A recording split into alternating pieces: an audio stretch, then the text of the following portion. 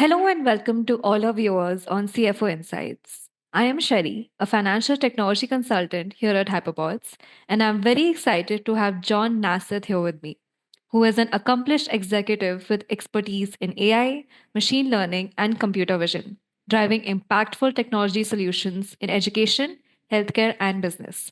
Thank you so much for joining us today, Jon. We'll be discussing a very niche topic today, which is Arizona sales and use tax compliance.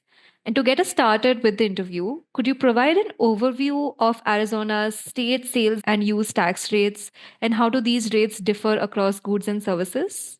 Arizona does some things unique like other states. They have their own way of treating it. So, as opposed to doing just traditional sales tax, which are based on the sales and the consumer pays them when the sale happens, it really puts the burden of paying the transaction back on the business. They call it a transaction privilege tax. And one of the main differences is where the burden sits. The practical outcome for the consumer may feel the same, but businesses are embedding that TPT, that transaction privilege pricing, into the price.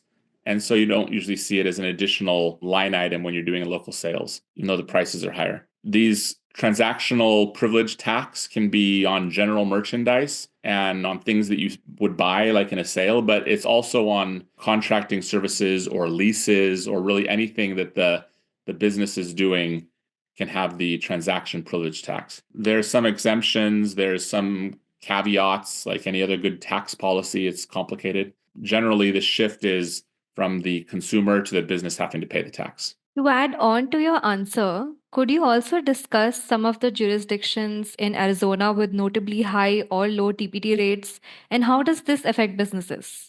Just one more layer of complication, and as opposed to having it be kind of a generic fee for the different taxes for the whole state, they have different rates for the different cities within Arizona.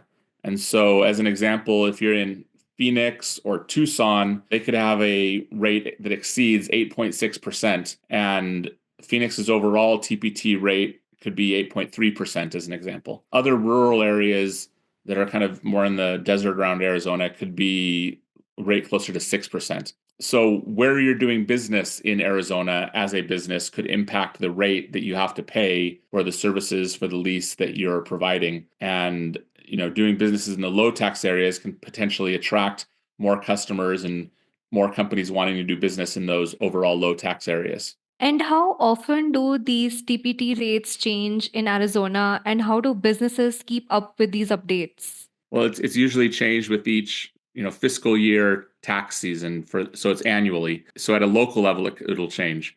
Local jurisdictions like Maricopa County or Pima County can adjust their rates more frequently, even just as far as there are budget adjustments or economic initiatives that happen. Some areas have seen rates that support different infrastructure projects. So businesses often rely on their local government websites or third-party tax software to kind of try to keep track on these websites, but it's constantly changing and it's changing throughout the state.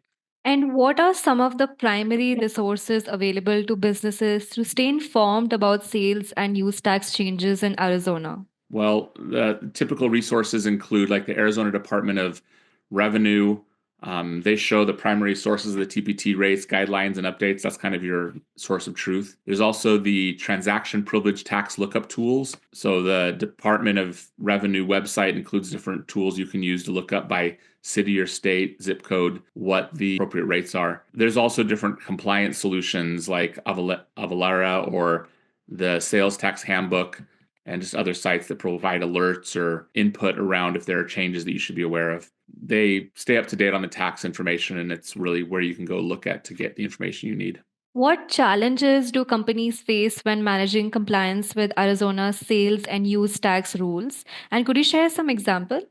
There's a overall complex rate structure. It changes by jurisdiction, and businesses need to be accurately applying the correct combined rate. So a company operating in both Phoenix at 8.3% and Mesa at 8.05% must adjust based on what it is, what types of services they're doing and where they're doing those services. It gets a little complicated. It's also changing constantly. So the frequent changes keep up with the rate changes, particularly temporary rates that might just be there for like a certain type of project. You just got to stay on top of it.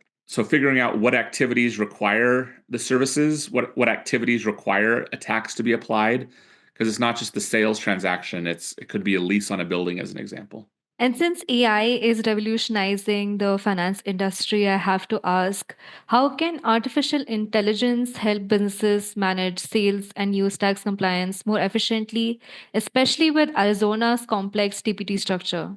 Well, the first thing I should say is I am not a your tax advisor, and I'd recommend that everyone watching this, consult with do their own research and talk to their own tax specialist. And neither is your AI. So there's lots of ways that AI can help and provide information, but you shouldn't rely on it, or you won't be able to be defending it if you say, "Well, I just relied on this AI tool." You need to follow the tax advice of your tax specialist. But AI certainly can help get you that information and help your team get the information they need. There's automated rate updates, so it can pull the information from the different databases and from the city and local areas on different websites. It can also help you do geolocation of the rate application. So you could use an AI tool to determine the precise location of each sale or each, service that is being provided by the business. And that way you could apply the correct jurisdictional rate and minimize errors. Monitoring and adjusting for changes is also something it can do to help keep current on whatever the rules have changed to be.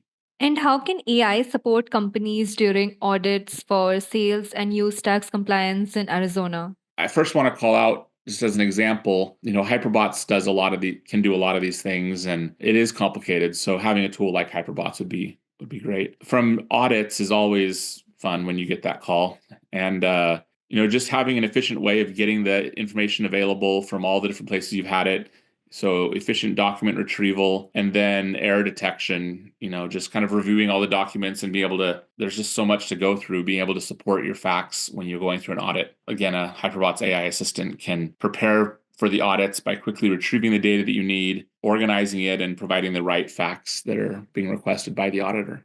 What do you see as the future role of AI in handling Arizona's TPT compliance? Well, I don't think it's going to change. And I think that you have to be ready to do business in Arizona in this way. And so it can either be done manually and just be very time taking and accept that fact, or you can use AI to help be prepared for the compliance. I expect that using tools like this will expand beyond what they're currently being used for and provide things like predictive analysis of what the likely costs are for your TPT in Arizona, providing real-time compliance dashboards, showing where you've done business and if there are things that were applied that weren't accurate, identifying liabilities for TPT across Arizona in different areas, and then proactive compliance alerts, which is really kind of just being aware of changes that you need to be prepared for, making temporary rate adjustments as an example. So in all those cases, Hyperbots is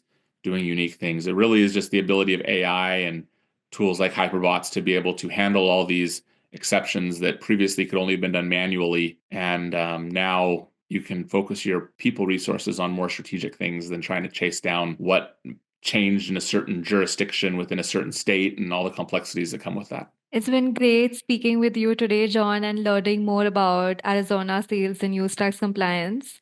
Thank you so much for indulging us in these conversations and being as insightful as you always are.